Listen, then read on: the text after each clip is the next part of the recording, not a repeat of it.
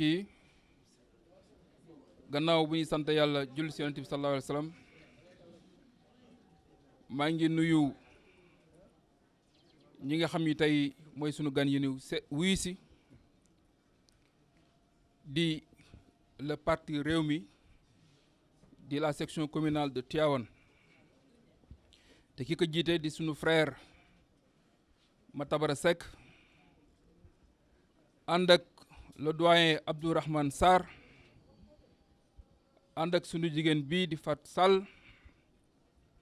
ak Malick Lam mi nga xam ne moo jiite jeunesse Rewmi de Tivaouane tey nag dañuy sant yàlla ndax dañuy jàpp ni intégration Rewmi ci biir grande coalition ànd defar Tivaouane dina yokk benn plus-value qualitative yàlla def na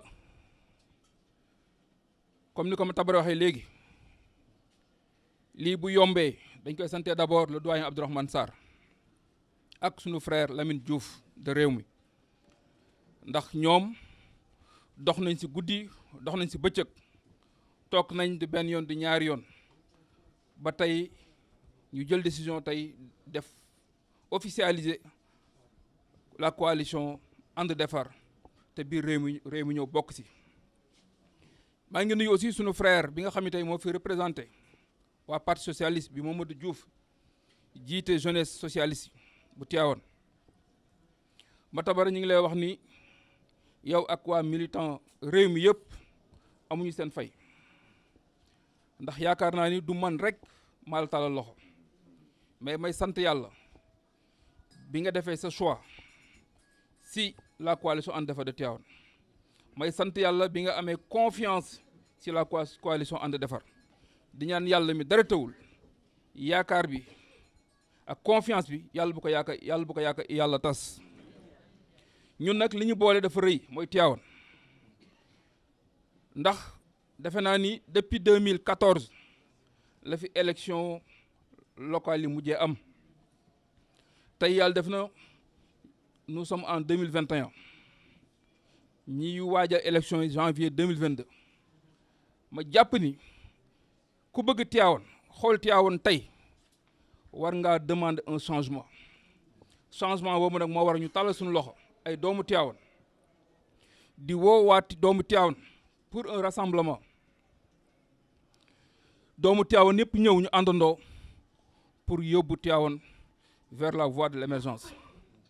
tey mënuñu woote développement yéene yóbbu dëkk bi vers la voie de l'émergence te yàlla duñu boole ñun ay doomu Tivaouane ñu àndandoo bokk ndey bokk baay pour yóbbu Tivaouane fi mu soxla loolu mënuñu ko def ci division mënuñu ko def ci adversité mënuñu ko def aussi animosité jàpp naa ni nag tey ci histoire politique de Tivaouane defe naa ni coalition bu mel ni coalition ànd defar defe naa ni musul am ci Tivaouane tey la ko yàlla dogal donc loolu nag day wane ni espoir juddu na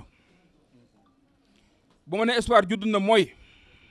ñun ay taalibe Cheikh lañ ay doomu Tivaouane te jàpp naa ni li may faral di wax dëkk bii di Tivaouane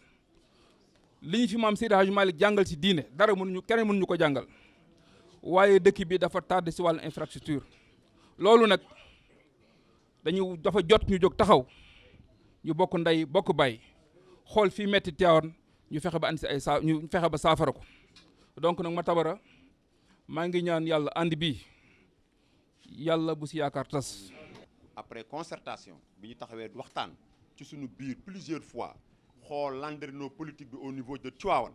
xool profil yi xool kan moo xam ni yaakaar ni moom mooy l'homme qu'il faut ñu def teg ko ci terrain bi pour mu mën a gagner kii bi ñun Ablaye Ndiaye Galgou ak le mouvement ànd defar la ñu gis moo tax à partir d'aujourd'hui jox nañ ko loxo bëgg a ànd ak moom ci terrain bi ñu liggéey bi ba bu ëllëgee lors des locales du 23 janvier 2022 ñu am victoire bu éclatante ànd ko samp ko maire ñu ànd ñu liggéey. Ablaye moom moo di nii Ablaye d'abord moom boo ko def moom jëmm ji rek moom dafa nekk nit ku baax yaru calme posé te du nit koo xam ne nii day def ngir bët ñu koy gis maanaam di jox la dara ba pare nit ñi pour mu bëgg ñu xam ne yow mi loolu ngay def loolu benn la boo xam ne nii moom nekkul ci moom. beneen bi ki des mooy sur le plan social lañ ko gën a jàppale lañ ko gën a jàppee moom moo di nii bu inondation ñëwee Ablaye yónnee ay oto une dizaine ñu vidé te yorul ndomba tànk boo xamee ni màggal ñëw mu yónnee ay oto bu gàmmu jotee mu yónnee ay nag yónnee def lu ne bu tabaski jotee mu yónnee ay xar bu hôpitaux yi li mu ci def tubaar fa kàlla man jàngalekat la syndicaliste la école bi man nekk ak école yi nekk ci Tivaouane yëpp amul kenn koo xam ne nii sa loxo duggul moom loxoom duggul ci sa école ba kon donc jàkka yi ak jumaa yi nag bu ñëwee ni la jox ma karo yi wala mu la jox ma moquette yi wala mu yónnee fa ay tonni ciment kon nag kooku ñun ak sport bi man sportif la su fekkee ni dafay dem di jël ay car di leen réfectionner ay terrain de football di leen subventionner pour ñu mën a dem ay compétition internationale kon ñun ku mel noonu dañuy taxaw ni kii mooy l'homme qu'il faut mu bañ a ma ànd ak moom ñu ànd ak moom waaw